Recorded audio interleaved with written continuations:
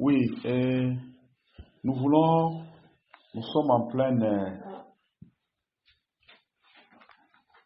période de préparation. Et là, dans ces grands thèmes que nous avons annoncés il y a plusieurs dimanches en arrière, retournons à notre vision. Amen. Nous avons vu l'importance de la vision dans la marche d'une personne ou dans la marche d'une église.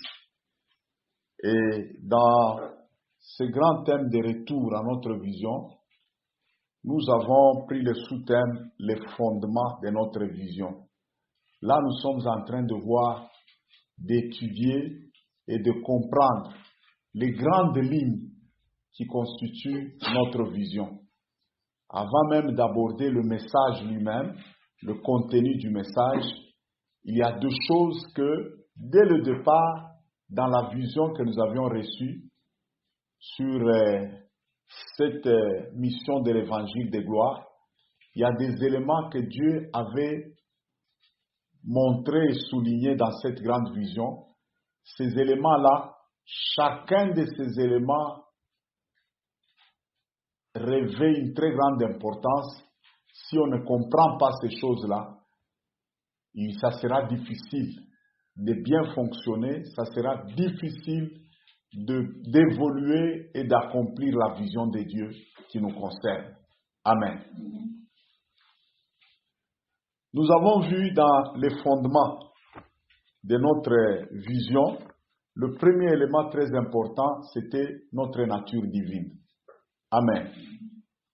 Sans comprendre, exercer et vivre selon cette nouvelle nature que nous recevons à la nouvelle naissance, parce qu'à la nouvelle naissance, la Bible déclare bien que nous sommes nés de Dieu. Amen. Et Jésus précise, ce qui est né de la chair est chair, et ce qui est né de l'esprit est esprit. Amen. Ne peut naître de l'esprit qu'un autre esprit. Ne peut naître de la chair qu'une autre chair. Ne peut naître d'un animal qu'un autre animal. Et donc, ne peut naître de Dieu qu'un Dieu.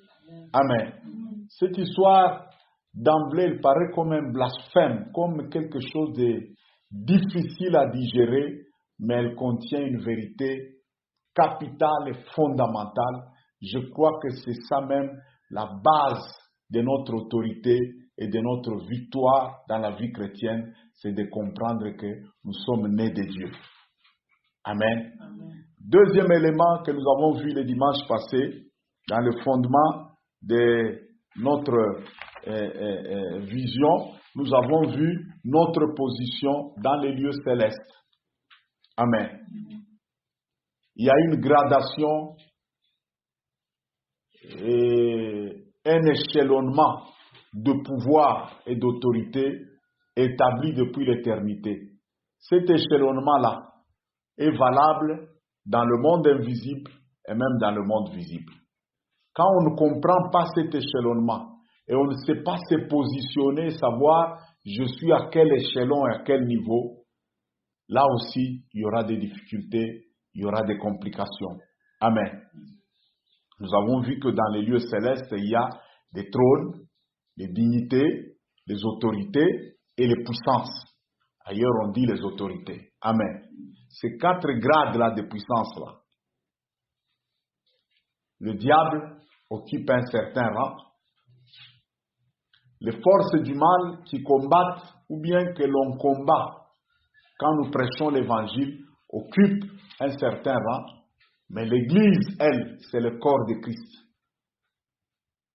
L'Église doit comprendre, surtout en ces temps de la fin, l'Église doit comprendre cette vérité que l'apôtre Paul a déclarée pour dire Dieu nous a ressuscités ensemble. Il nous a transportés ensemble. Il nous a fait asseoir ensemble avec Jésus-Christ dans les lieux célestes. Amen. L'Église occupe la même position que la tête de l'Église, la tête du corps, Jésus-Christ. Et Jésus-Christ, quel rang, quelle position occupe-t-il dans les lieux célestes? il est assis à la droite du Père. Ça veut dire quoi? Il partage la même autorité et le même pouvoir qu'avec le Père. Amen. Et l'Église est assise dans les lieux célestes en Christ. C'est que la position que Christ occupe, c'est celle que l'Église que nous sommes occupe dans les lieux célestes. Si nous ne comprenons pas cette vérité et nous ne l'exerçons pas, ça sera très difficile. Amen. Et avant d'aborder la partie d'aujourd'hui, nous devons savoir que c'est par la méditation. Amen. Il faut méditer continuellement certaines vérités pour arriver à s'enraciner dans ces vérités-là. Ce n'est pas le fait de le dire seulement une seule fois. Pas. Nous sommes assis dans les lieux célestes en Jésus-Christ. Non, non. C'est un fait. C'est déjà acquis. Oui. Mais pour que nous-mêmes, dans notre esprit et notre intelligence, nous puissions maintenant nous asseoir, nous puissions maintenant digérer ces choses et qu'elles deviennent effectives dans notre vie chrétienne, la méditation joue un grand rôle. Dieu nous dit que ce livre de la loi ne s'éloigne pas de ta bouche, médite-le jour et nuit. C'est par la méditation que nous assimilons certaines vérités spirituelles, c'est par la méditation que ces vérités spirituelles-là, nous arrivons à tirer toutes les vitamines qui sont dans ces vérités-là et à les faire entrer maintenant dans notre propre personne. Amen. Et à part la méditation, il y a ce qu'on appelle la confession. Amen. Du cœur, nous croyons et de la bouche, nous confessons. Ce principe-là est très important dans les choses de Dieu. Amen.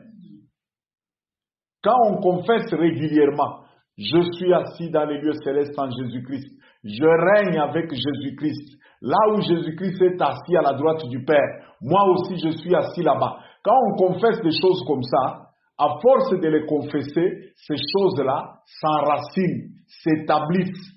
Ces choses-là s'affirment, elles deviennent réelles dans notre vie. C'est pourquoi l'un des moyens par lesquels on confesse facilement certaines choses, c'est ce qu'on appelle les actions de grâce. Amen. Vous verrez qu'il y a un verset où l'apôtre Paul dit aux chrétiens, il dit « Rendons grâce à Dieu le Père, qui nous a rendus capables d'avoir part à l'héritage des saints dans la lumière. Il nous a transportés dans le royaume du Fils de son amour. » Pourquoi Paul peut nous recommander de rendre grâce pour une chose comme ça, si abstraite, une chose comme ça, qui est dans l'invisible, qui est même... Il n'y a même pas moyen de toucher ça, il n'y a pas moyen de palper ça, il n'y a pas moyen de voir ça. Pourquoi il nous dit, cette chose-là, c'est l'une des très grandes bénédictions que nous avons, mais elle est dans le monde invisible. Amen. Amen. Et quand il nous dit, rendons grâce à Dieu le Père, qui nous a rendus capables d'avoir part à l'héritage des saints dans la lumière, il nous a transportés. Le Père nous a transportés dans le royaume du Fils de son amour. Vous voyez le mot transport là-bas. Amen. Transporter quelqu'un, ça veut dire, c'est l'amener à une dimension très haute, très supérieure, sans qu'il ne fasse aucun effort. Amen. Parce qu'il y a des histoires quand on dit, tu dois être assis sur le trône de Dieu et opérer à partir du trône. Quand tu commences à réfléchir un peu humainement, tu auras l'idée de dire il faut faire un certain effort, passer d'un échelon à un autre, jusqu'à ce que tu vas arriver. Non, non, non, non, non. Le Père nous a déjà transportés. Si vous entrez, il y a ce qu'on appelle ascenseur. Hein? Si vous entrez dans un ascenseur, tu peux entrer dans un ascenseur par le rez-de-chaussée. Ça veut dire le niveau le plus bas d'un bâtiment, mais dans quelques fractions de secondes. Peut-être dans quelques minutes. Juste tu entres là et tu vois, non, je vais arriver, par exemple, 15e niveau de ce bâtiment ici. Le 15e niveau qu'on dit là, peut-être c'est à 60 ou 80 mètres plus haut. Mais tu appuies juste le bouton 15 dans l'ascenseur là. Touf. Et tu restes bras croisés là. Donc la machine qui te transporte là, l'énergie même produite pour t'élever jusqu'à ce n'est pas ton affaire. Amen. Moi, je suis déjà entré dans plusieurs bâtiments comme ça où j'entre, je me retrouve, je ne sais pas, à tel niveau, tout ça. Je n'ai jamais compris comment ça s'est fait. Et je ne suis même pas allé pour demander à ces gens-là, non, non, non, avant d'entrer, amenez-moi d'abord dans la machine là qui fait ces histoires-là. Non, ça, ce n'est pas mon affaire. Amen. Le Père a déjà tout fait. Et il nous a déjà transportés. Amen. Mais Paul dit, rendons grâce continuellement pour ça. Pourquoi? Quand tu affirmes ça continuellement comme ça devient une réalité pour toi. Une foi qui n'est pas crue dans le cœur et affirmée dans la bouche, elle ne produira pas d'effet. Amen. Quelqu'un, on lui a dit, tu es né de Dieu. Oui, il comprend ça. Très bien. Je suis né de Dieu. Donc j'ai la même nature que Dieu. Et puis ça s'arrête là. Point stop. Il écrit ça dans son agenda et c'est terminé. Ça ne fera rien. Mais quand tu comprends ça, et puis tu t'arranges, tu prends un mécanisme dans lequel tu commences à affirmer continuellement ces choses. Tu commences à les dire continuellement. Et vous savez pourquoi une année avant que Isaac ne naisse, Dieu est venu, il a changé le nom d'Abraham. Hein? Une année avant. Une année, c'est combien de jours? 365 jours. Hein? Donc Dieu est venu donner un exercice à Abraham. 365 jours avant le miracle. Il a fait qu'il lui donne un nouveau nom. Parce que le nom de quelqu'un, on le cite chaque jour. C'est ça, non? Il ne se passe jamais un jour sans qu'on cite. Bene, Baraka. Vous voyez quand quelqu'un, on l'appelle chaque jour Baraka. Vous voyez, sa vie là, ça sera comment? Amen. Différence. Vous voyez un peu? Est-ce que vous comprenez un peu? La Bible dit, la mort et la vie sont au pouvoir de la langue. Amen. Et quiconque l'aime en mangera le fruit. Ça veut dire quoi? Tout ce que quelqu'un vit dans sa vie là, c'est le fruit de ce qu'il confesse. C'est le fruit de ce qu'il vit. Maintenant, même la science commence à prouver ça. Un professeur d'université qui n'est pas chrétien, un jour il a fait l'expérience, il a pris 2 verres d'eau. 2 verres. Il prend un verre ici avec de l'eau pure, propre là, il met là. Il prend un autre verre, il met là. Chaque matin quand il vient, il dit des paroles très méchantes à l'un des verres là. Toi tu es vilain, tu es mauvais, tu es plein de mauvaises choses. Il déclare, il termine. Il va à l'autre verre là, il dit plein de bonnes choses. Après 3 mois, il amène les 2 verres là au laboratoire. Et le verre où il disait de mauvaises choses là, on a trouvé des microbes, même des microbes qui n'existent pas, non encore découverts là. On lui dit, professeur, cette eau ici, si malsaine comme ça, où est-ce que tu as trouvé cette eau ici? Il s'est mis seulement à rire. On prend l'autre eau là, il dit, ça c'est l'une des meilleures eaux. Je pense que même toutes les eaux que l'on vend dans les supermarchés comme eau potable, celle-ci est de qualité top. Et on lui a demandé, ces 2 verres ici, il dit non, c'est la même source là, mais j'ai mis ça quelque part, 3 mois pendant, j'ai commencé à déclarer chaque matin des paroles méchantes dans l'un des verres, et chaque matin de bonnes paroles, et ça s'est fait. Amen. Tout ce qu'on croit dans le cœur et on confesse à la bouche, ça devient une réalité. Mais tout ce qu'on ne croit pas dans le cœur, et même si on le croit dans son cœur, mais on ne le confesse pas, ça n'aura pas d'effet. Amen. Quand Paul nous dit, rendons grâce à Dieu le Père, qui nous a rendus capables d'avoir part à l'héritage des saints dans la lumière. Mes frères, ça veut dire quoi? Nous sommes des héritiers certifiés. Il y a un héritage glorieux préparé pour nous. Dieu nous a déjà rendus capables. Tu ne vas pas échouer ta destinée, tu n'échoueras pas. Amen. Dieu t'a déjà rendu capable. Amen. Évitez même ces histoires-là à cause d'une vision, d'une réflexion. Non, nous avons vu, et tu as fait une grave erreur là, et puis même ta destinée là, tu as raté ta destinée. Vraiment, cette vision-là, c'est très mauvais. Ok. Si c'est Dieu qui t'a révélé ça, c'est qu'il ne veut pas que ça arrive. Je vais prier que ça n'arrive pas, mais au-delà de tout ça, le Père m'a déjà rendu capable d'avoir part à l'héritage des saints dans la lumière. Ça veut dire quoi? Ma destinée à moi. Il m'a déjà rendu capable de la réussir. Amen. Mais maintenant, confesse ça chaque jour. Il y a des confessions qu'il faut savoir faire chaque matin. Je me lève. Quand je me lève, vous connaissez il y a le psaume, psaume 114, je crois. Lorsqu'Israël sortit de l'Égypte, que Jacob s'éloigna d'un peuple barbare, Israël devint son sanctuaire, et Juda devint son sanctuaire, et Israël devient son domaine. La mer le vit et s'enfuit. Le Jourdain le vit et recula en arrière. Quand tu meurs pour voir et pour reculer comme ça, pour fuir aussi. Et quand tu vis, toi, Jourdain, pour tremble devant le Seigneur, ô terre, de celui qui chante. Vous connaissez ce verset-là? Mais moi, chaque matin, quand je me lève là, il y a des choses que je déclare sur base de ce psaume-là. Et, non, moi je suis déjà sorti de l'Égypte. J'ai déjà cru au Seigneur Jésus, j'ai quitté le monde. Donc, je suis la parcelle de Dieu, je suis le sanctuaire de Dieu. Et quand je sors là, ce n'est plus moi qui sors, c'est Jésus-Christ lui-même qui sort. Aucune barrière à ma destinée, même si elle est grande comme la mer Rouge, si elle me voit, elle va reculer. Amen. Aucune barrière à ma destinée, même si elle est puissante comme le Jourdain. Vous savez le mot Jourdain? Le mot Jourdain en hébreu, ça signifie celui qui descend. Yaden.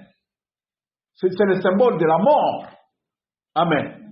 Mais il y a quelqu'un qui est descendu depuis le ciel et qui est allé jusqu'au séjour des morts pour moi, et le séjour des morts ne peut plus m'entraîner encore. Amen.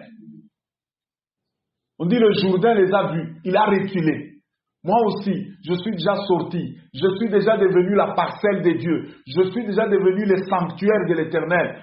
La mer Rouge ne peut pas m'arrêter. Si la mer Rouge se tenait devant moi, dès qu'elle va me voir, elle va voir Jésus-Christ, elle recule. Le Jourdain, dès que le Jourdain me voit, il va reculer. Toute la terre va trembler devant moi parce qu'elle voit à moi le Seigneur de l'univers. Tremble devant le Seigneur, toi terre. Et le Seigneur là, le même psaume il dit quoi? Le Seigneur là, c'est celui qui change les rochers, ça devient des fleuves.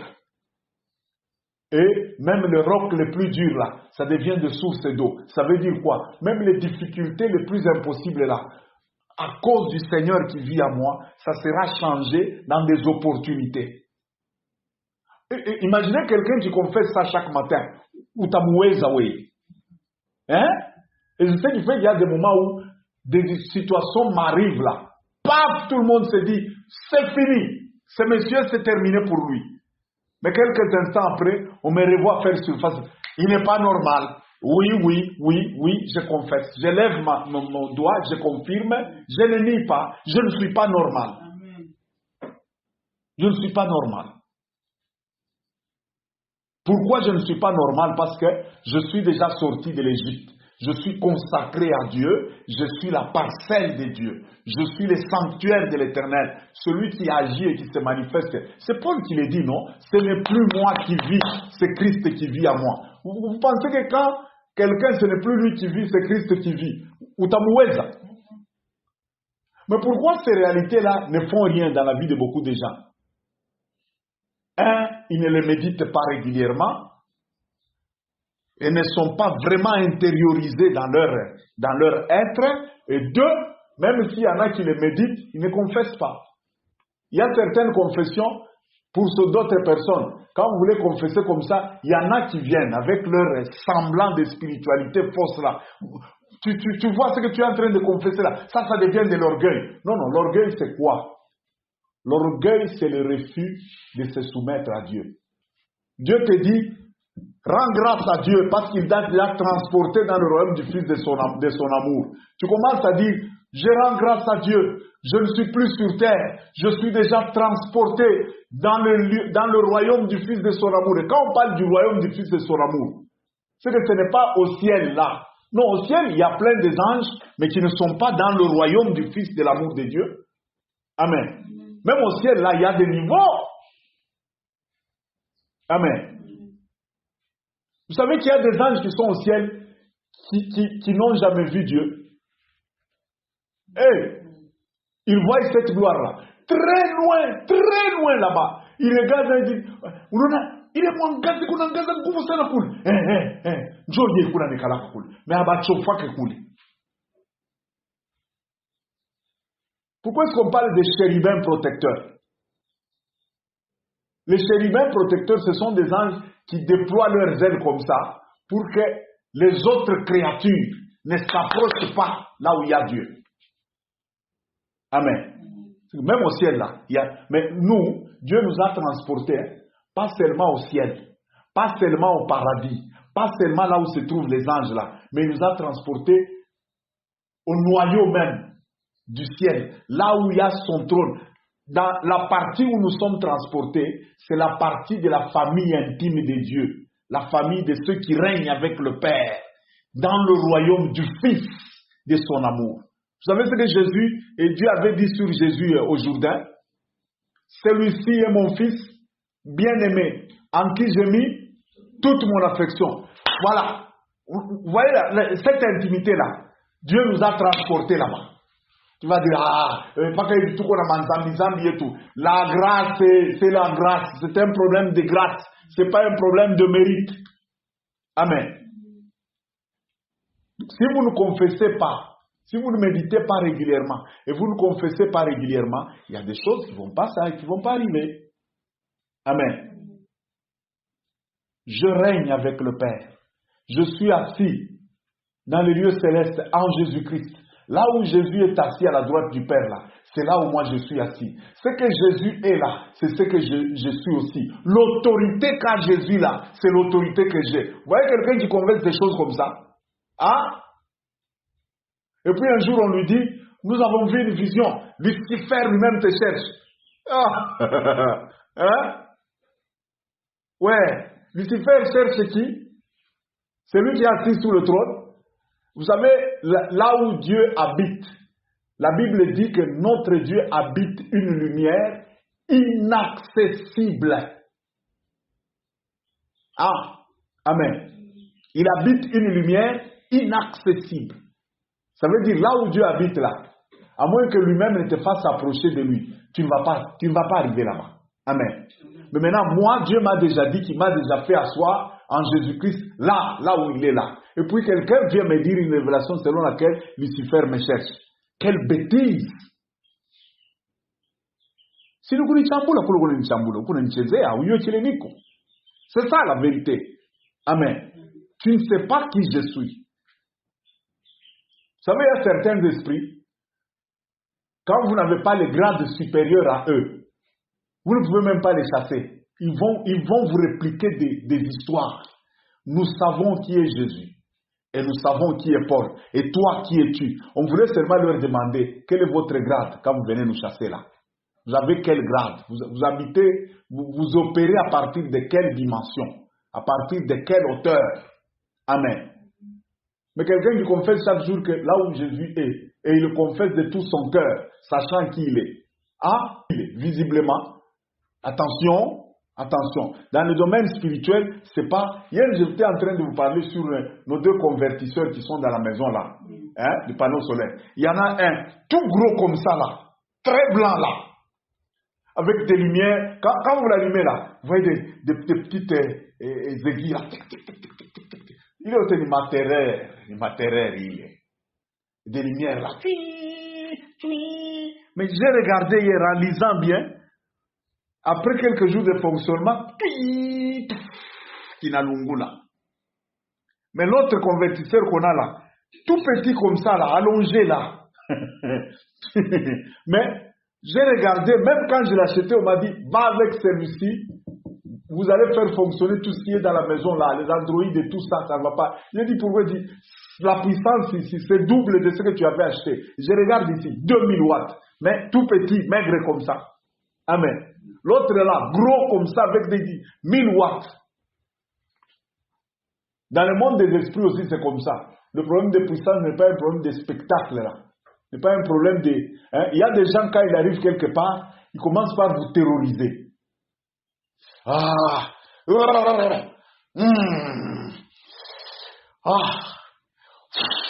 Aujourd'hui,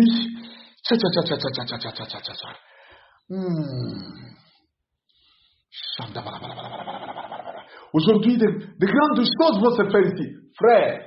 Frère, cesse de nous terroriser comme ça. S'il y a de grandes choses qui veulent se faire, qui doivent se faire, qu'elles se fassent. Nous sommes là. Nous sommes venus pour ces grandes choses-là. Que ces choses-là se fassent. Cesse de nous terroriser comme ça. Amen. Hein? D'ailleurs, les Anglais disent, hein, empty barrel make much noise. Les tonneaux vides font beaucoup de bruit. Un fût rempli d'eau, un fût de 200 litres rempli d'eau, même si ça passe ici, tu ne vas entendre aucun bruit. Va mettre ton doigt en dessous là. Vraiment, si tu es garçon, va mettre ton doigt en dessous là. Hein? Ton doigt va cesser d'exister. C'est crac. Hey! On a écrasé les doigts. Qu'est-ce que tu as fait? Non, j'ai mis seulement les doigts. Toi, tu es fou, quoi. Le doigt sous les fûts là, un fût rempli d'eau, mais ça ne fait pas de bruit. Quand ça passe ici, ça ne fait pas de bruit. Mais faites passer un fût ici, un fût métallique, sans eau à l'intérieur, vide. C'est Maman Fina là-bas, nous entendons. Beaucoup de gens aujourd'hui sont devenus des fanfarons dans les choses de Dieu. Ils font trop de bruit. Mais quand on suit en réalité les effets comme ça, 0,50. Ce n'est même pas 0,50. Qui dit 0,50, c'est 0,50. Mais chez eux, c'est 0,000000000.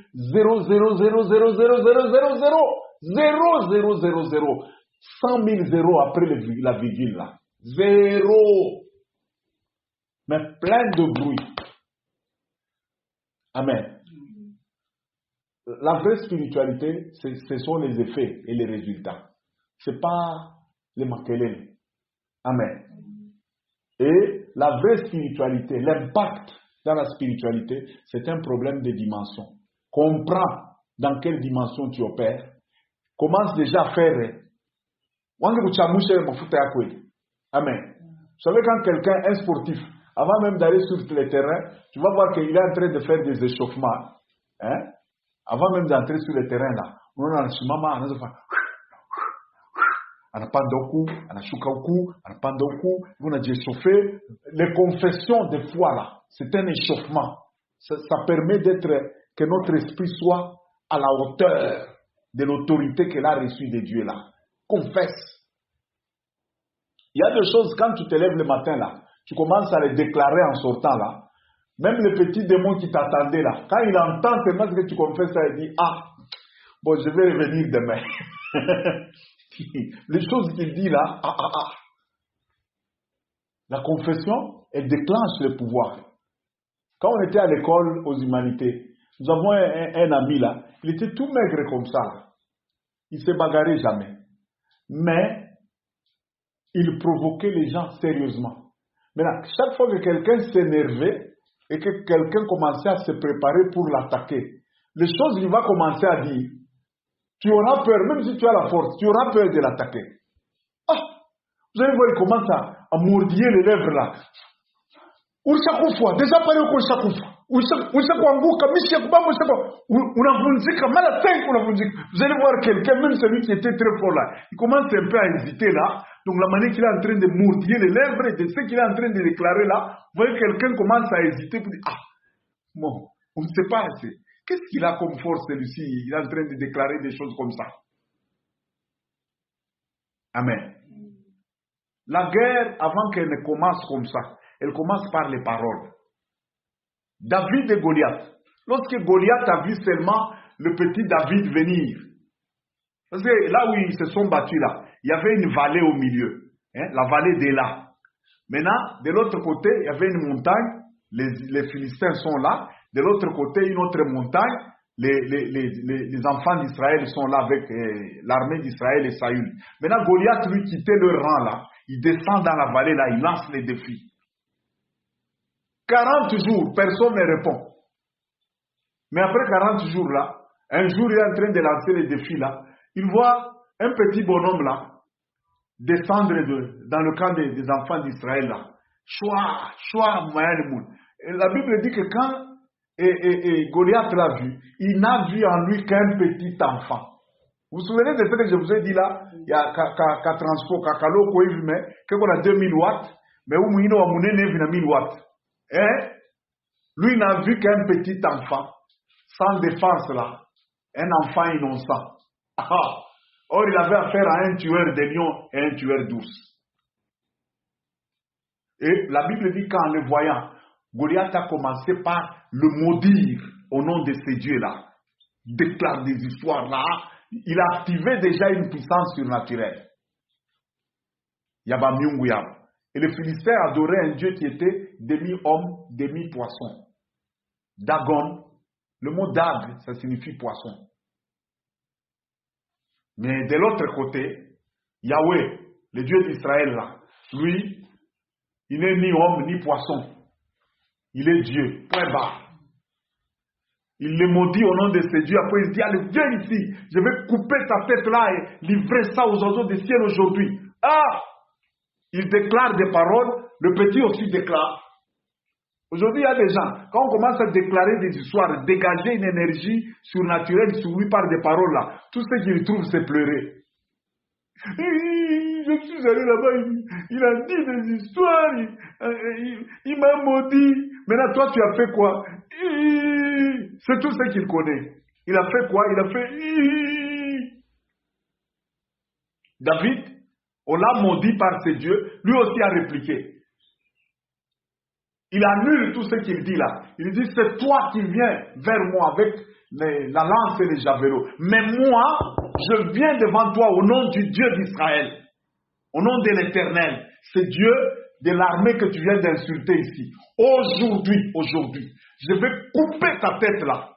Et je vais livrer ta chair aux oiseaux du ciel. Et tout le monde ici, y compris votre camp, ils sauront qu'en Israël, il y a Dieu. Et c'est lui qui vous livre aujourd'hui entre nos mains. Et paf, amen. La confession, c'est ça le début de la véritable guerre. La confession. Quand nous on était enfants, et à un moment on a habité, papa a travaillé sous Mobutu, côté Sandoa ici, nous étions en face du camp militaire de ce qu'on appelait la division Kamagnola. C'était des soldats terribles.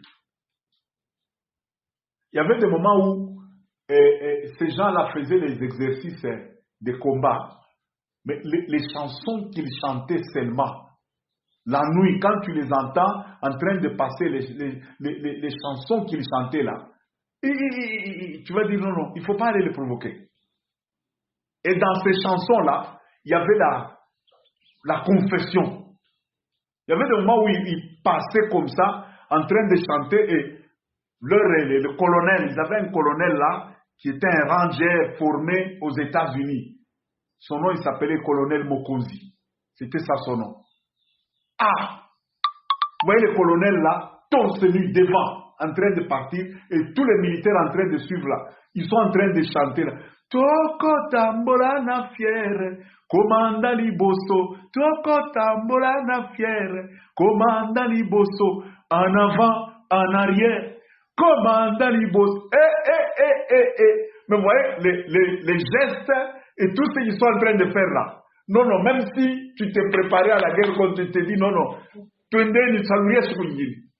non, pas aujourd'hui. Et il y avait des jours, ils passaient comme ça en train de chanter là. De komo kwazalaki nabana misambo kurana kati yamai bana bakomi kolela Kalakala yombe tokoboma boka oyo biso tokei Non. L'armée, c'est ça d'abord. Donc on stimule. Il y a même un texte en Isaïe, on dit, qui est cet homme-là qui vient de Bosra, avec les vêtements teints de sang, avec les habits mouillés de son sang. C'est l'Éternel notre Dieu. On dit, il vient en train de susciter lui-même sa puissance avec des cris de guerre. Amen. Donc la puissance, elle bouillonne avec les choses qui sortent de nos propres bouches. Pourquoi même, il y a un autre verset qui dit, le cri de triomphe s'élève dans la maison des hommes droits, et la droite de l'Éternel manifeste sa force. Amen. Ouais, dès le réveil là, l'attitude et les confessions que quelqu'un fait là, ça conditionne sa journée. Mais vous voyez quelqu'un, en se réveillant du lit le matin là, il se réveille.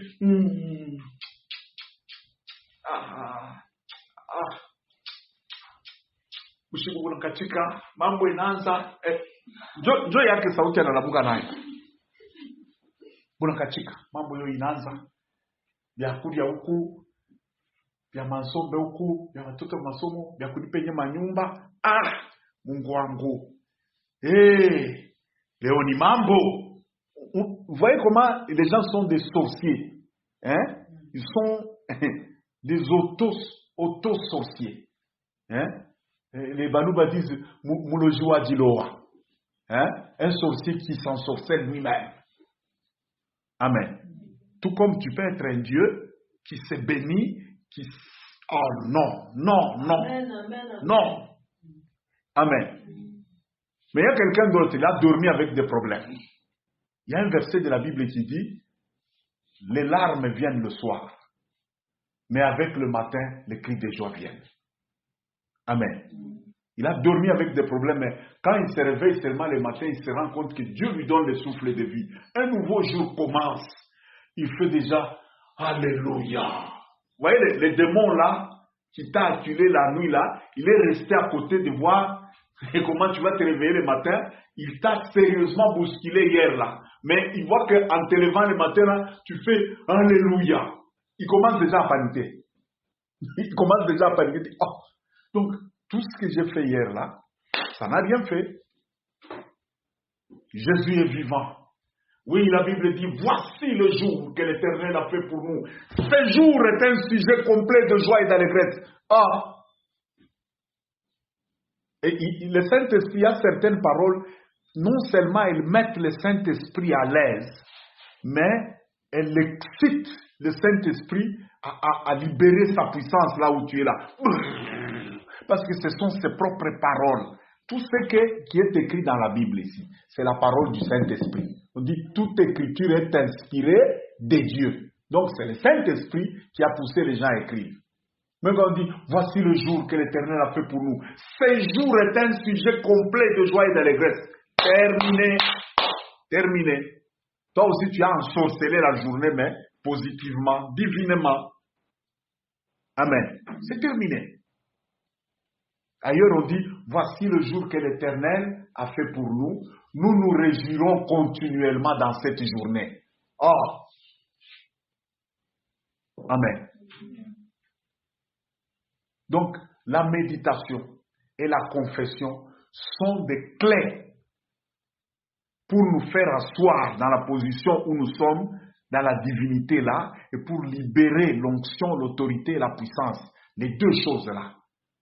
Ça ne peut pas, ça fait partie des fondamentaux de la vie chrétienne. Ce que tu médites dans le cœur chaque jour et ce que tu confesses de ta bouche chaque jour. Voilà ce que tu vas devenir. Amen. J'étais en train de suivre le film Sheldon hier. Souvent, je ne suis pas ça. La petite sœur là de Sheldon. On est allé comme Wapi pour appeler comme Wapi. Maintenant, la dame là qui voulait lui faire l'interview, maintenant, la petite sœur là l'a regardé. Elle dit, tu es très jolie, tu es très belle. Maintenant, la dame, tous ces jours ici, elle était belle, mais je ne sais pas qu'est-ce qui s'est passé. Elle sursaute là. Dit, tu vois même le monsieur avec qui vous travaillez ici. La dame dit oui. Et chaque fois que tu passes là, elle te regarde beaucoup, elle regarde beaucoup ton derrière là. Quoi? Dit, commence à t'habiller seulement comme ça. En tout cas, tu es une très jolie femme. Hein? Et juste les choses qu'on lui a dites là. La grande maman là, elle est sortie là, elle est devenue très séduisante là, très belle au point que même son collaborateur l'a regardé et dit, qu'est-ce que tu as fait à tes cheveux aujourd'hui? Il dit, non, j'ai rien fait, c'est tout. Il dit, tu parais très belle aujourd'hui. Donc, il y a quelque chose qu'on lui a dit qui a changé juste son état d'esprit et le dehors a pris aussi une autre éclat, une autre lumière. Amen. Faites attention à ce qui entre dans votre cœur et ce qui sort de vos bouches là. Bon, il n'est pas caïvi. Bon, moi je suis toujours comme ça. Bon, comme ça, comment? Je suis toujours comme ça là. Bon, comme ça, comment? Donc comme ça là, quand tu dis comme ça là. En réalité, la plupart des gens quand ils disent je suis toujours comme ça là, il veut ou elle veut dire seulement qu'elle est nulle.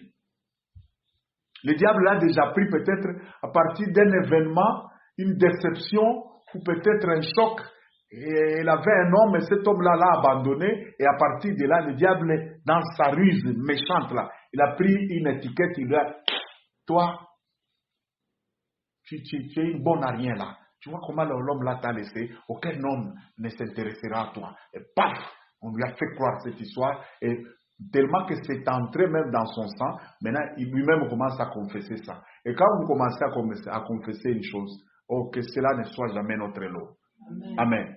Nous sommes assis dans les lieux célestes en Jésus-Christ. Médite ça chaque jour. Non seulement médite ça chaque jour, même si tu n'arrives pas à tout comprendre ce qu'il est, commence seulement à dire ça chaque jour. Tu vas voir. Commence seulement à dire ça chaque jour. J'ai une autorité telle que c'est l'autorité même de Jésus-Christ avec laquelle j'opère.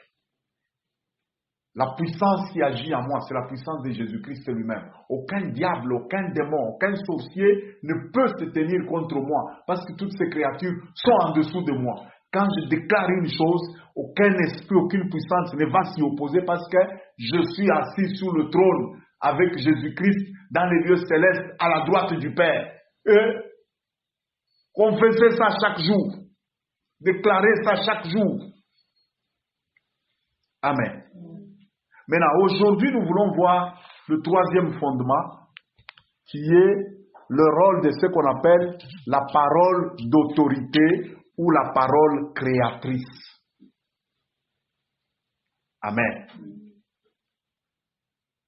Dans la vision que j'avais vue là, lorsque Dieu nous a donné la vision qui fait notre ministère aujourd'hui, en 2009, j'ai vu que non seulement que j'étais assis très haut dans les lieux célestes, mais je prononçais des paroles, et ces paroles-là avaient des effets sur la terre ici.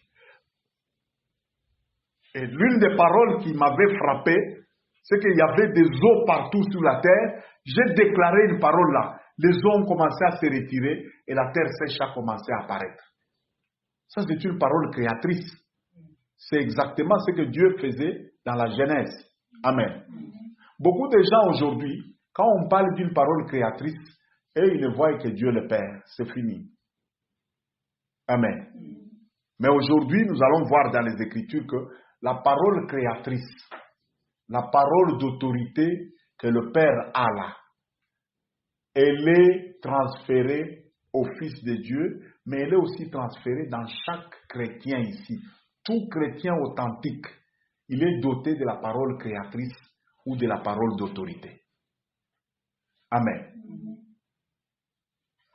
Et nous allons voir comment cette parole ici s'exerce et comment elle s'est faite et qu'est-ce qui fait la différence aujourd'hui entre ceux qui sont déjà nés de nouveau, mais rien ne s'est fait dans leur vie, et ceux qui s'est fait avec Dieu et avec Jésus-Christ. Où est la différence? Quand on est déjà chrétien, mais pourquoi est-ce que la vie de certaines personnes, elle ne change pas? Les choses dans la vie de certaines personnes ne bougent pas. Amen. Donc nous voulons étudier ce troisième fondement ici, qui est la parole créatrice ou la parole d'autorité. Et l'autorité dont je parle ici, c'est l'autorité divine, l'autorité du Père. Amen. Parce que même chez les démons, les sorciers, ils ont quand même aussi une certaine autorité jusqu'à un certain niveau là. Et la source de leur autorité là, c'est le diable, c'est les ténèbres, c'est Satan. Mais nous, la source de notre autorité, c'est Dieu le Père. Amen. Toute autorité vient de Dieu. C'est ce que la Bible dit. Amen. Donc, pour comprendre la parole créatrice, commençons d'abord par Matthieu chapitre 4, verset 3. Et puis Matthieu chapitre 14, 27 à 29.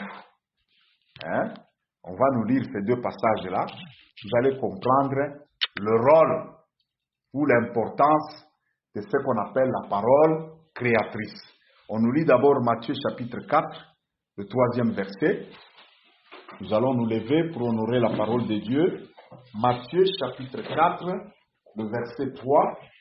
C'est l'histoire de la tentation au désert. Hein? Là, c'est le diable. Monsieur le diable qui parle là-bas. Le tentateur s'étant approché, lui dit, « Si tu es fils de Dieu, ordonne que ces pierres deviennent des pains. » Amen. Amen. Si tu es, fais quoi? Ordonne.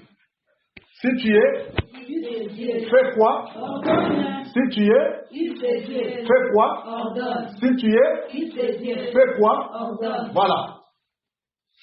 Amen. Donc, si on est fils de Dieu, on n'ordonne pas, il n'y aura rien. Malgré qu'on est fils de Dieu. Amen. Donc, le Père, il règne par la parole. Parce qu'il est le Dieu qui ordonne. On dit quelque part, l'Éternel ordonne. Il dit, et la chose arrive, et il ordonne, la chose existe.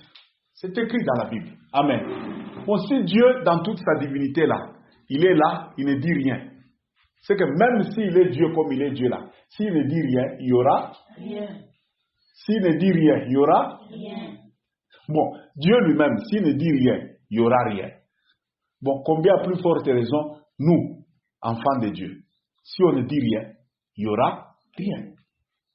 Le bishop Oyedepo, il y a, dans un de ses livres, il dit, une bouche fermée, c'est une destinée fermée. Hein? Une bouche fermée, c'est une destinée fermée. Amen. Donc, quelle que soit la destinée glorieuse que Dieu t'a déjà dit, là, toi, tu deviendras président de la République. Tu seras la première femme chef de l'État dans ce pays ici. Et c'est un travail que Dieu te donne. Amen.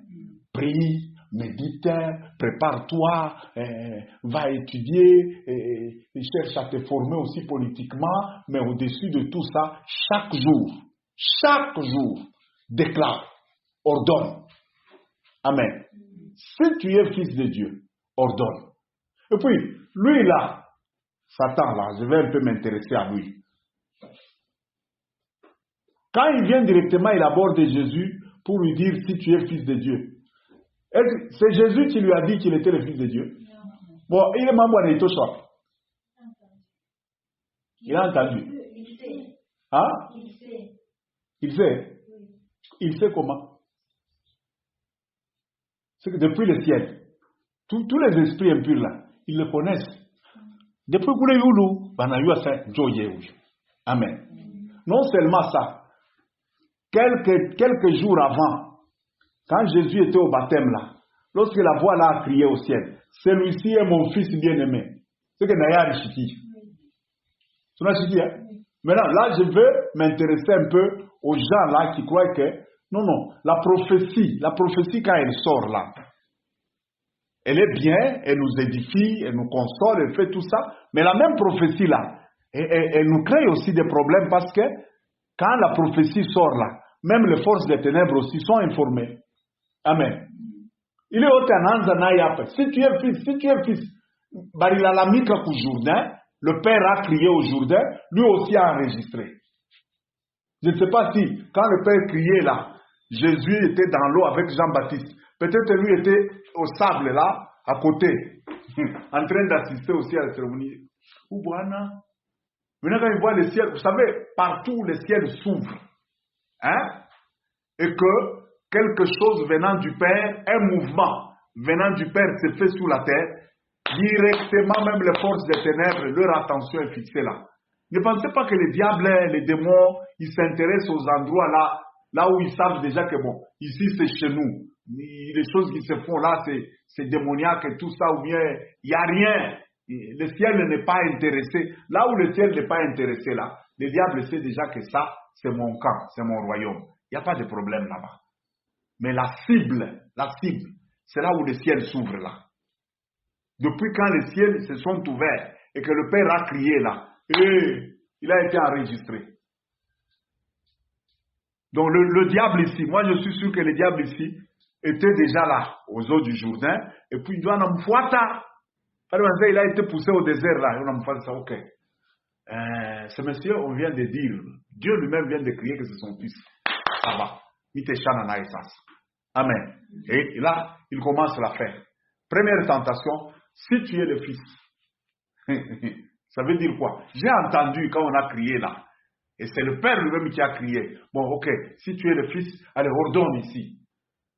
Mais il savait qu'en Jésus, il y a ce pouvoir-là. Mais l'ordre là qu'il lui demandait de faire, il y avait un esprit d'erreur caché derrière. Si Jésus avait ordonné ça, ce miracle-là, ça allait être un miracle contre nature. Jésus n'a jamais produit le pain à partir de pierre.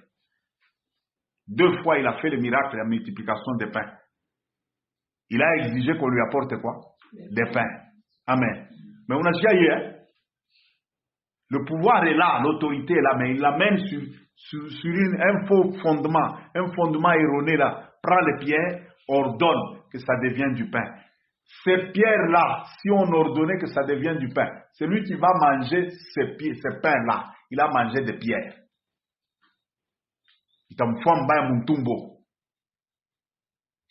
Amen. Même le vin, le jour où Jésus a changé l'eau, c'est devenu du vin. Pourquoi est-ce que l'eau a été changée en vin? Quand l'arbre là de vigne est planté, hein, tout arbre ici, elle vit à partir de l'eau. Les racines ne tirent que de l'eau, non?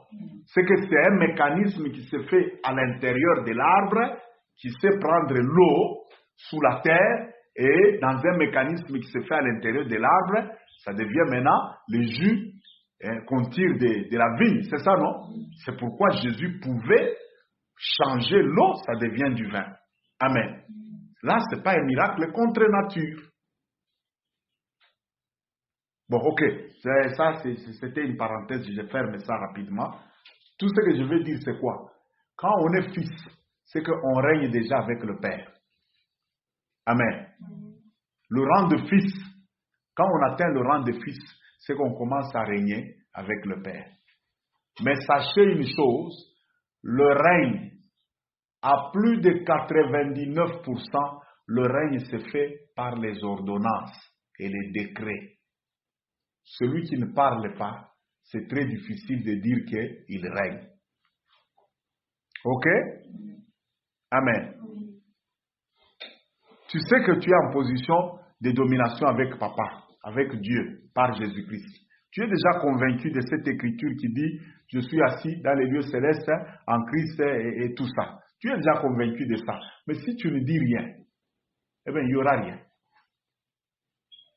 Même Satan lui-même, il connaît ce principe-là. C'est pourquoi il vient, il dit, si tu es fils, ordonne. Amen. Bon, il y a des gens, pour ordonner. Quand on dit ordonner, ce n'est pas prier. Là aussi, je vais insister. Amen. Ordonner, ce n'est pas prier. Prier, on s'adresse à une autorité supérieure à nous. On supplie, on demande. La prière, c'est une demande. Amen. Ordonner, c'est un ordre. Amen.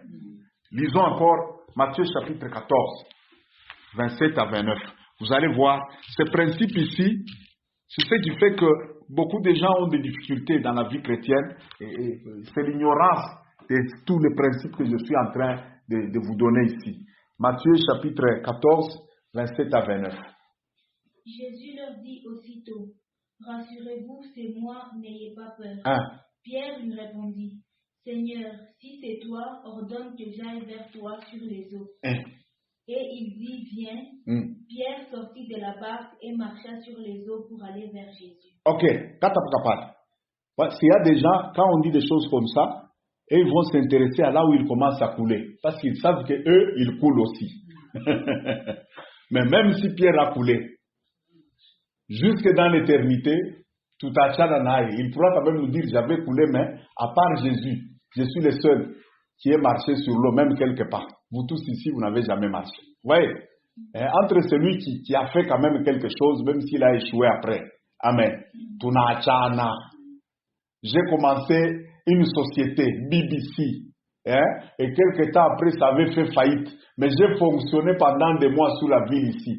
Et puis toi, tu gardes seulement l'histoire pour dire, Sharanzaka mambo moi invité na chimbe na mulete ya mambo. Mais ouais, oui, anzaka.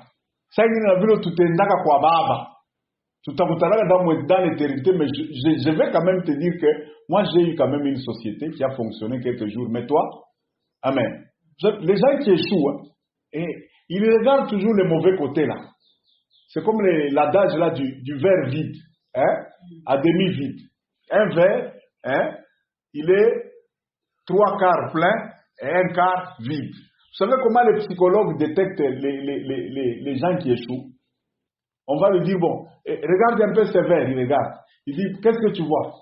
Les gens qui échouent disent, je vois un verre 1/4 vide.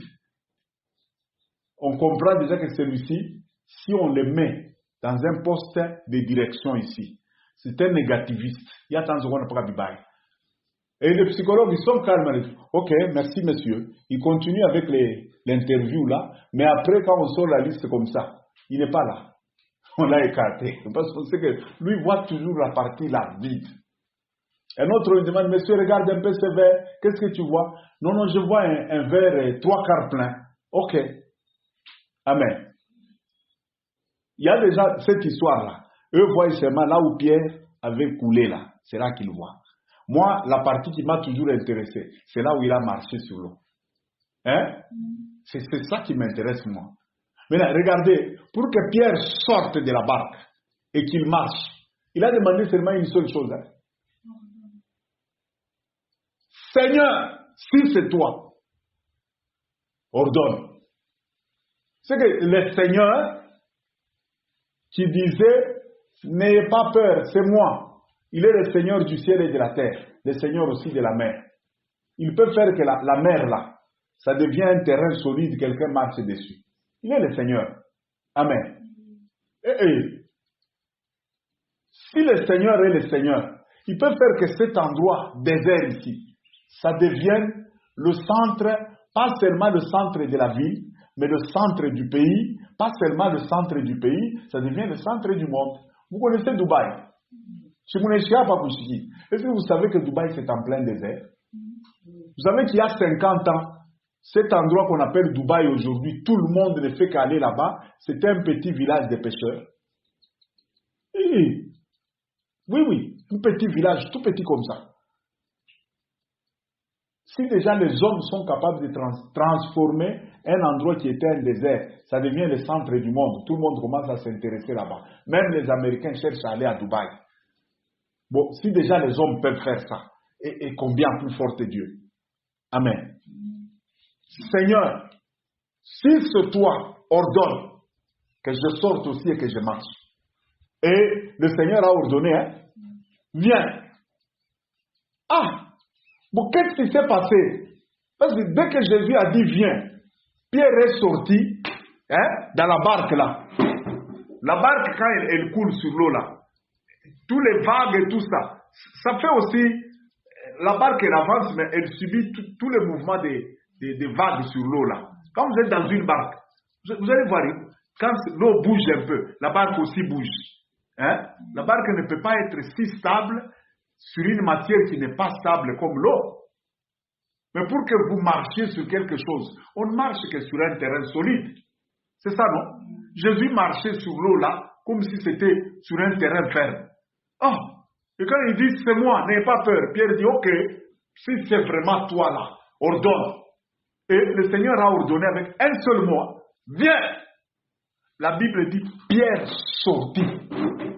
Il sortit de la barque là. Gant. Le premier pas. Terrain ferme.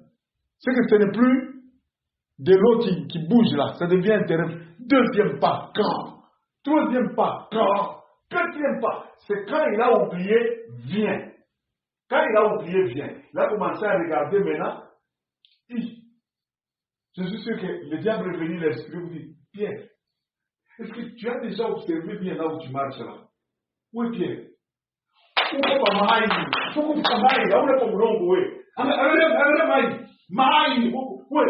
le comprenez mieux? Quand il a pris conscience déjà du fait que c'est l'eau, et il a oublié, viens.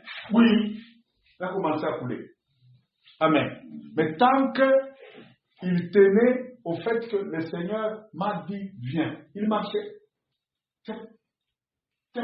Donc, la parole créatrice, elle a le rôle de créer une plateforme. Elle a le rôle de créer une base. Elle a le rôle de nous frayer même un chemin là où il n'y a pas un chemin. Amen. Donc, nous ne sommes pas appelés à subir les circonstances. Apana. Amen. Non, nous ne me dis pas ça. Ne me dis pas ça. Moi, je ne suis pas en train de subir les réalités de votre routine là. Moi, je suis assis très haut dans les lieux célestes. J'ai une autorité même sur votre routine là. Amen. Il contraint tout ce que tu as à faire. Oui, après. Parce que tu vas me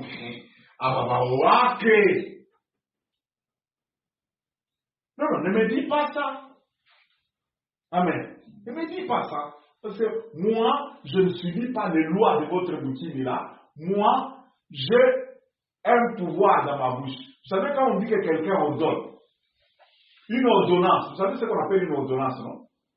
Lorsque quelqu'un devient gouverneur, hein, ça veut dire quoi? Il y a eu une grande autorité qui a ordonné. Et c'est fini, vous allez voir les militaires commencer à garder la personne. Quand ils passent sur la route là, il y a des jeeps qui passent avec des gyrophares là. On est en train de vous dire tous de dégager les chemins là parce que vous êtes en train de passer. Tout ça, c'est venu d'une parole que quelqu'un a déclarée, a ordonnée et c'était fini. Lorsque quelqu'un a la parole d'autorité, la parole d'ordonnance, donc il commence à émettre des lois. Et les lois changent les réalités. C'est ça une loi. Quand on dit à Léo, vous n'êtes pas choqué par Tambam. Amen. Non, il y a quelques jours, se promener sans carte, ça ne faisait rien. Amen. Mais depuis que l'autorité a ordonné ça, c'est devenu un problème. C'est ça ordonné. Amen. De même aussi, on peut arrêter quelqu'un en prison là. Celui qui est général aujourd'hui au Katanga ici, Edi Kapel, il était en prison pendant plus de 20 ans. Mais un jour, Félix s'est levé, il a ordonné seulement, grâce présidentielle, il est libre. Non seulement le monsieur est sorti de la prison, mais aujourd'hui, il est chef général au Katanga. Amen. Il y a même des gens qui peuvent avoir peut-être des petits papiers dans leur gauche où ils peuvent démontrer pour dire Naïe, mais dès le moment où Félix là, en tant que chef de l'État, a déjà ordonné ton petit papier là, si tu ne fais pas attention, Edi Kapel va t'arrêter. Hein? Pourquoi? Il y a eu une ordonnance. Amen. Comprenons que nous avons la parole d'ordonnance. La parole créatrice. Et si nous ne disons rien, rien ne va changer. Amen. Aba watoto yangu wote bekwapa. Hakuna ule atangukaka msharati. Hakuna ule batapachiaka mimba. Hakuna ule atanileteaka haya. Mungu asha kusema les fruits de mes entrailles sont bénis. Eh bien, moi aussi, je déclare que tous mes enfants, non seulement qu'ils sont bénis, ils sont une bénédiction. Amen. Aucun mal n'arrivera dans la vie de mes enfants. Amen. Je viens d'ordonner, non? Mais supposons que il y a des songes, de ceci, de tout ça, et moi je me tais, Peut-être même, en plus de me taire, là, je commence à pleurer. Monsieur, toi, batoto, mungwangu. Comment nini, tafanika hapa. Ben, pleure comme tu veux, là. Parce qu'il y a des gens aujourd'hui, dans les choses de Dieu, qui pensent que s'ils pleurent beaucoup, s'ils pleurent beaucoup, les choses vont changer. Pleure. Remplis même 10 fûts. Moi, j'ai déjà vu même des exhortations, là, toute une église, là. Hein? Une autre debout, là, en train d'exhorter. Mungu, anasikiaga sana machozi ya mama, turieni.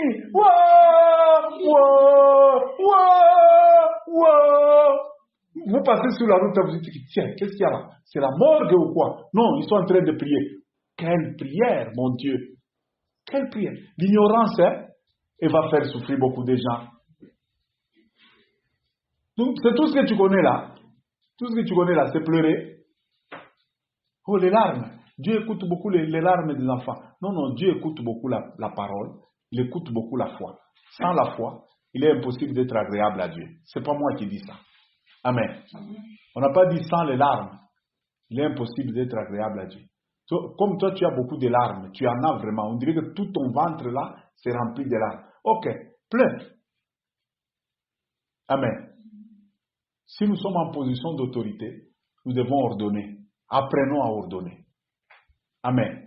Si on n'ordonne pas, il n'y aura rien. Je pense que cette leçon-là, on la comprend très bien, non? Amen. Ça, c'est la première des choses. En matière de paroles d'autorité, si tu es fils, ordonne. Pierre aussi, là, il dit, Jésus, calmez-vous, c'est moi. Ah, Seigneur, donc tu dis que c'est toi. Notre Seigneur là, Jésus-Christ, oui, Pierre, c'est moi. Ok, si c'est toi là, ordonne maintenant, moi je vais sortir d'ici et marcher aussi. Viens, c'est tout ce que Jésus a dit. Viens. C'est que même l'eau a entendu que on vient de dire à ces messieurs, viens. Même l'eau a compris que dès qu'il foule son pied sur nous ici, tu foignes ni nguvu yetu yote, tu kwe nguvu. Dieu a tembe par les pachos ou tenkatenka. C'est que même l'eau a compris ça. Hey! Amen. Mes chers amis, vous ne comprenez pas ce que nous avons. Maintenant, cette parole d'autorité ici, le Seigneur, dans le verset que nous lisons encore après, il dit que cette parole, ce n'est pas seulement lui qui en a, même nous en avons. Lisons Marc chapitre 11, 21-26. Marc 11, 21-26.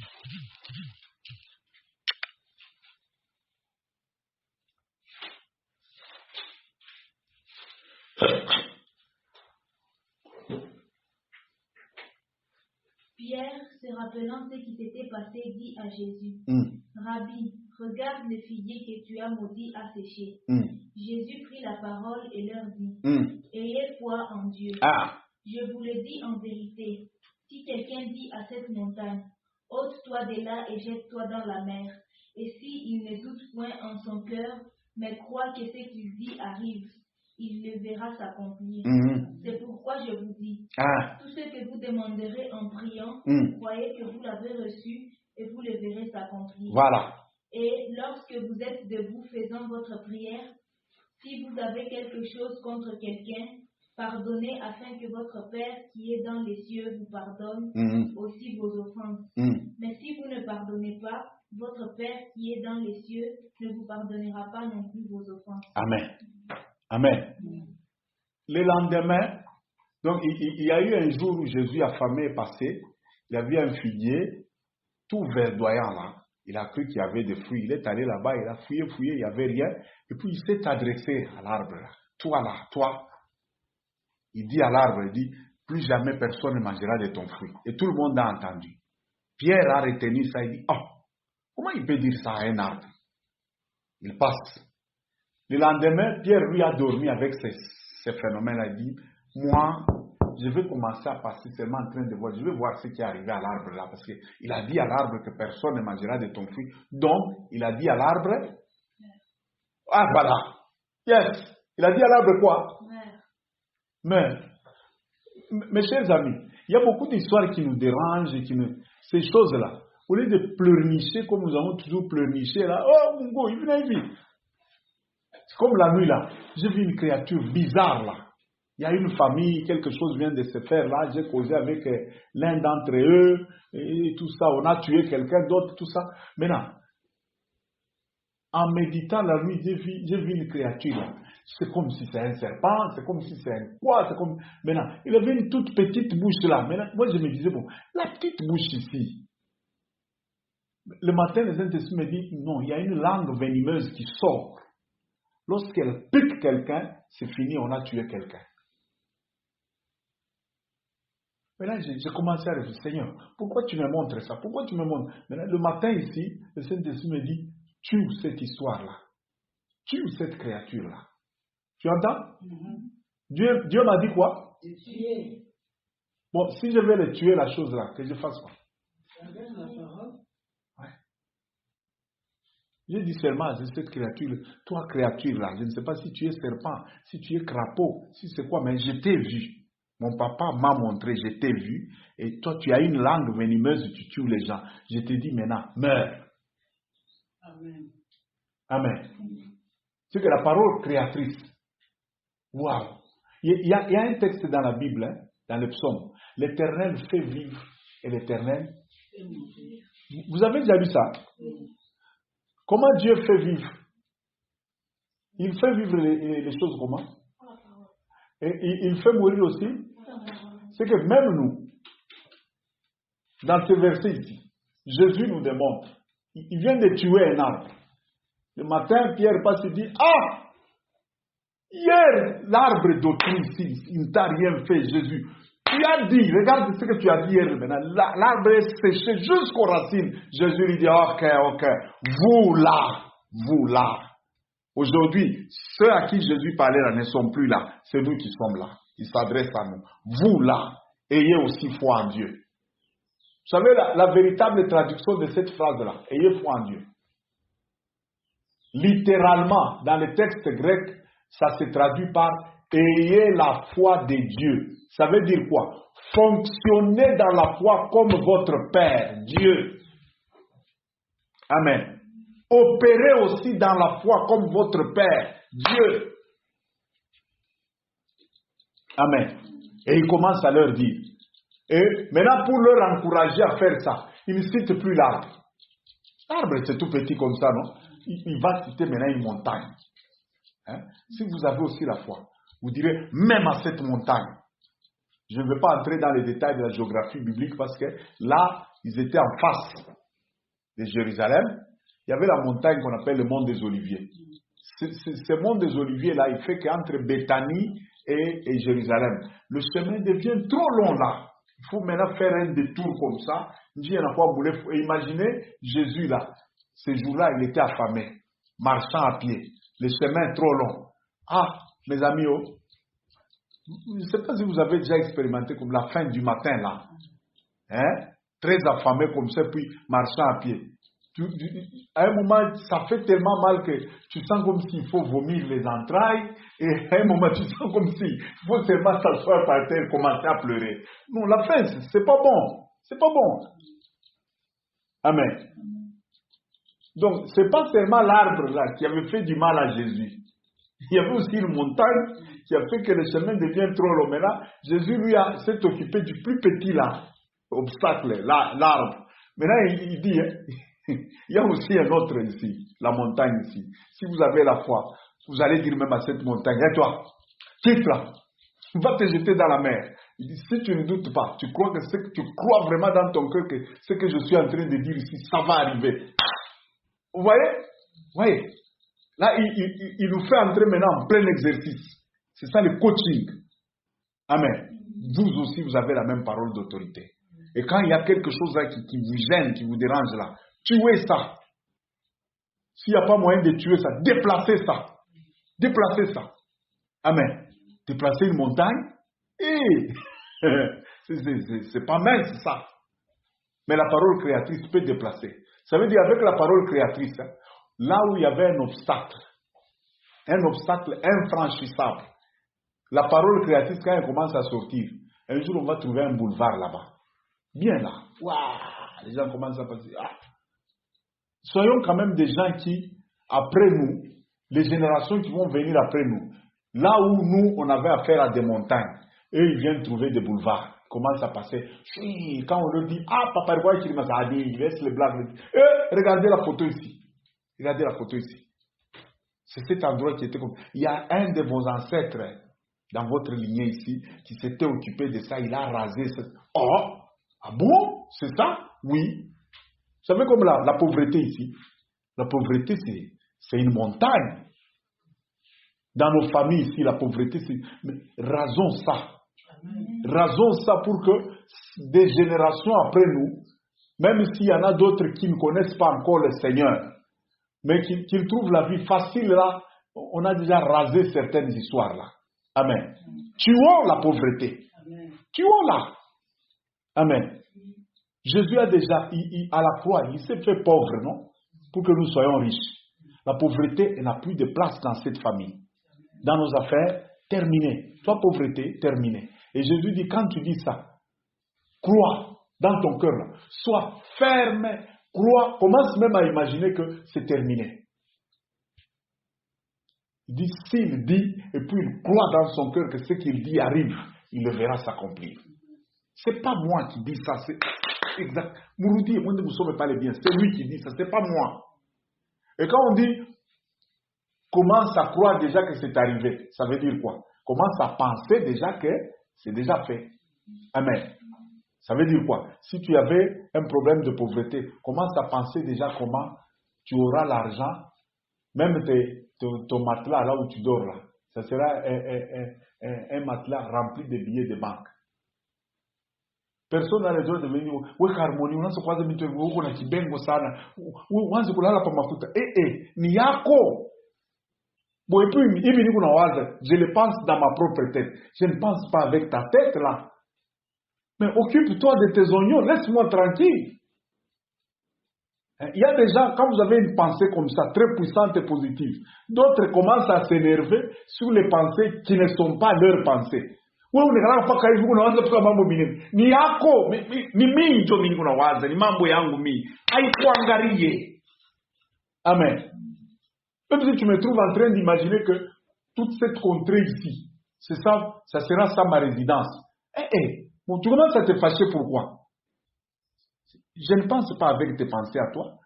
Ou bien, c'est toi qui viens me donner les unités pour penser. Amen. Il y en a qui s'énervent pour des choses qui ne les concernent pas. Jésus dit quand tu déclares là, maintenant, après avoir déclaré, commence à penser déjà que, pense déjà dans le sens de ce que tu as déclaré là, et tu vas le voir que ça va arriver. Amen. Donc la puissance imaginatrice, quand vous l'associez maintenant à la parole créatrice, waouh, waouh, vous devenez super. Super. Moi ici là, moi, jamais la pauvreté. Moi, jamais la médiocrité. Moi, non. Dans la réalité, on te voit là, maigre, sans rien, tout ça. Mais dans les pensées là, toi tu es déjà dans un autre monde. Eh bien, associe seulement ces bonnes pensées que tu as là. Associe-les seulement à la bonne parole créatrice là. Commence maintenant à déclarer ici. Moi, j'ordonne ici, que ce soit, non, même le palais présidentiel des États-Unis ne va pas comparer, la Maison Blanche là, ne va pas comparer avec mon quartier ici. Ici, il y aura un éclat et une splendeur telle que même le chef de l'État, s'il vient ici, il va chercher seulement qu'il ait un appartement pour que chaque week-end, il commence à dormir ici. Binanyangaria, c'est mon affaire, je suis chez moi, je déclare mes choses à moi, c'est mon affaire. Ne viens pas là, tu commences à t'énerver. Écoute ce qu'il est en train de dire. Mais toi aussi, tu as ta bouche. Tu as aussi ta propre vie. Dis les choses sur ta propre vie. Laisse-moi tranquille avec mes affaires. Amen. Donc Dieu, tout ce que nous voyons de bon aujourd'hui comme ça, Dieu a commencé par les ordonner, les déclarer et les imaginer. Et pouf, c'est arrivé. Amen. Et Jésus nous dit, vous avez aussi le même pouvoir, la même autorité. Amen. Est-ce qu'il vous arrive parfois de vous mettre comme ça, vous commencez à imaginer comment sera chez vous? Moi, chez moi, je serai comme ça. mon mari là, il sera comme ça, je vais vivre comme ça, mais avec mes enfants, ça sera comme ça. Hein? Mais est-ce qu'il vous arrive de commencer à déclarer ces choses-là? Là, il y a très peu de gens. Il y a des gens, dire seulement ne fût-ce que le A de ce qu'ils pensent là. Dis ça. Dis ne fût-ce que, bon, moi je vais vivre une vie luxueuse. Mais pour prononcer ne fût-ce que le L de départ là, il dit, ah, pour après ma bifanique. Ah, voyez, c'est ça l'incrédulité. Amen. Toi, tu es fils de papa. Ton papa, c'est un créateur. Amen. L'enfant d'un créateur, c'est aussi un créateur. Même si c'est une fille, c'est une créatrice. Hein? Est-ce que c'est moi qui ai inventé le féminin de créateur? C'est pas moi, oh. Amen. C'est que si déjà le féminin et créateur, ça existe, c'est que les créateurs féminins, c'est possible. Amen. Créateur, c'est pas moi qui ai inventé ça. Hein? Dieu, le Père, il est créateur, c'est pas moi qui ai inventé ça. Le féminin des mots créateur, c'est pas moi qui ai inventé ça. C'est que même si je suis une fille, je peux être une créatrice. Parce que déjà, le féminin du créateur existe, donc c'est possible. Hein?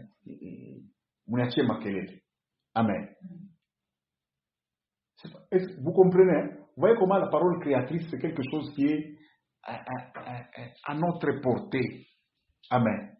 Et même dans la chaîne d'autorité là, pour créer les choses, nous sommes au niveau des trônes.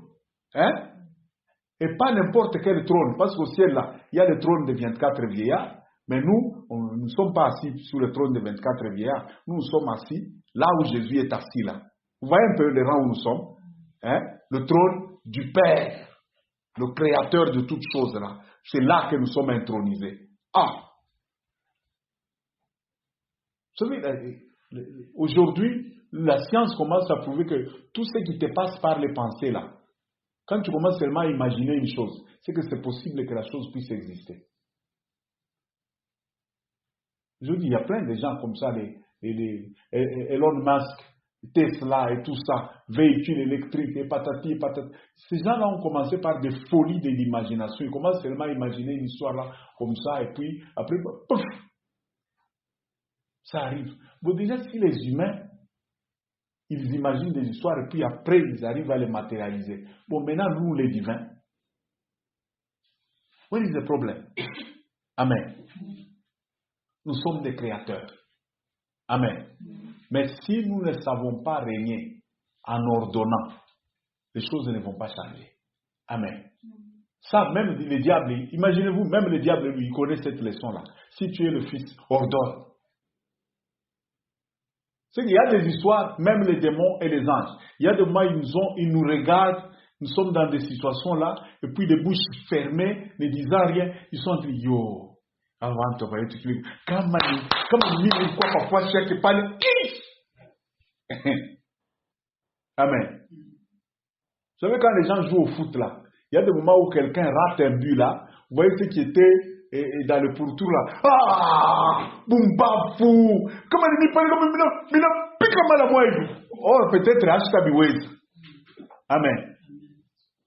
Mais les anges, il y a des choses où les anges nous admirent là, ils nous envient, il y a ces gens, oh, si c'était moi, oh, si c'était moi, j'allais chambarder cette ville-là, avec l'autorité qu'ils ont là, ils ne savent pas qui ils sont. Un jour, j'ai vu dans la Bible ici, un ange, fermer la bouche à un souverain sacrificateur. Ange, Gabriel. Vous savez ce que ça signifie, souverain sacrificateur? C'est l'image même du Christ. Amen. Mais ta femme là, elle va concevoir, elle aura un enfant. Tellement qu'il était archi blessé intérieurement. Toute la foi avait déjà coulé dans la blessure intérieure là. Zacharie était déjà loubat dans la foi là. Ces paroles là, on les lui disait où? Dans le lieu très saint. Les rideaux là qui séparent à la frontière là. L'ange lui apparaît là, il lui parle, il dit, ah, mais comment ça va se faire là? Moi j'ai déjà vieilli comme ça. Un comportement charnel. L'ange lui dit, quoi?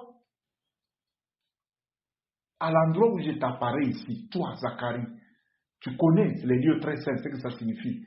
Dans le lieu très saint, même une mouche qui ose entrer là-bas, elle meurt. Seuls les souverains sacrificateurs pouvaient y entrer une fois. Parce que la gloire de la Shekinah qui était là ne supportait pas un corps étranger. Et puis toi, tu reçois des révélations dans les lieux très saints, et puis il se met à douter. Là, je lui dis, ok, tu cherches les signes pour savoir que ta femme va concevoir, hein, malgré sa vieillesse là. Moi, je te dis, je suis Gabriel. Je me tiens dans la présence de Dieu. Donc, je connais mon rang et mon autorité. Parce que tu demandes ça, c'est que tu as méprisé ton Dieu qui m'a envoyé là. Tu vas rester muet, tu ne parleras plus. Oui. Donc, un ange de rang inférieur, conscient de son autorité, frappe une créature du rang de Christ, souverain sacrificateur. Banamupika, Anatoka, il est sorti muet. Que cela ne soit jamais notre lot. Comprenons qui nous sommes à partir d'aujourd'hui et agissons selon le rang de notre autorité là. Agissons. Et je vous dis qu'à partir de maintenant là, c'est le règne du surnaturel qui commence. Le règne du miracle. Combien de fois moi je me suis déjà retrouvé, je n'ai pas d'argent, je n'ai pas quoi. À un moment je me rends compte, tiens, moi je ne suis pas quand même n'importe qui. Une fois là j'étais à côté de notre maison ici, dehors. J'ai grondé là. Argent? Ouais. Ici maintenant. Viens ici. Après quelques minutes, au téléphone, je commence à rire. Je dis, je viens d'ordonner. Amen. Non. Il y a des choses qui attendent juste ton ordre là. Pour qu'elles meurent, qu'elles cessent d'exister. Qu'elles cessent de déranger les gens. Il y a d'autres choses aussi qui attendent juste ton ordre là. Pour qu'elles vivent, qu'elles commencent à se manifester. Amen. Tu es le fils de Dieu, tu es la fille de Dieu. L'Éternel, ton papa, la Bible dit, il fait vivre et il fait mourir. C'est que toi aussi, oui, oui, oui, oui et oui. Oui, 10 000 fois, oui. Amen. Est-ce que vous savez que vous pouvez dire à un sorcier, toi ici, c'est terminé pour toi, tu ne vivras plus. Hein? Et puis après, bon, même s'il va mourir une semaine après, ça ne me regarde pas. J'ai déjà dit ça. Amen. Mais regardez comment les gens se comportent dans nos familles face aux sorciers. Oui, surtout dans les deuils. Il y a des histoires qui se passent dans les deuils de famille. Vous voyez, quelqu'un est assis là, en train de pleurer par terre.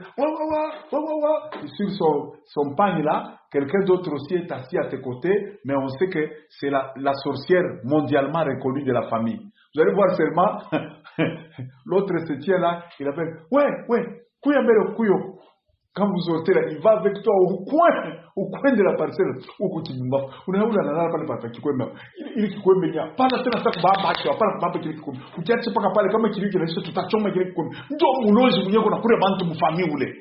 vous voyez la personne, oui, c'est fini, elle va aller pleurer sous l'arbre dehors là.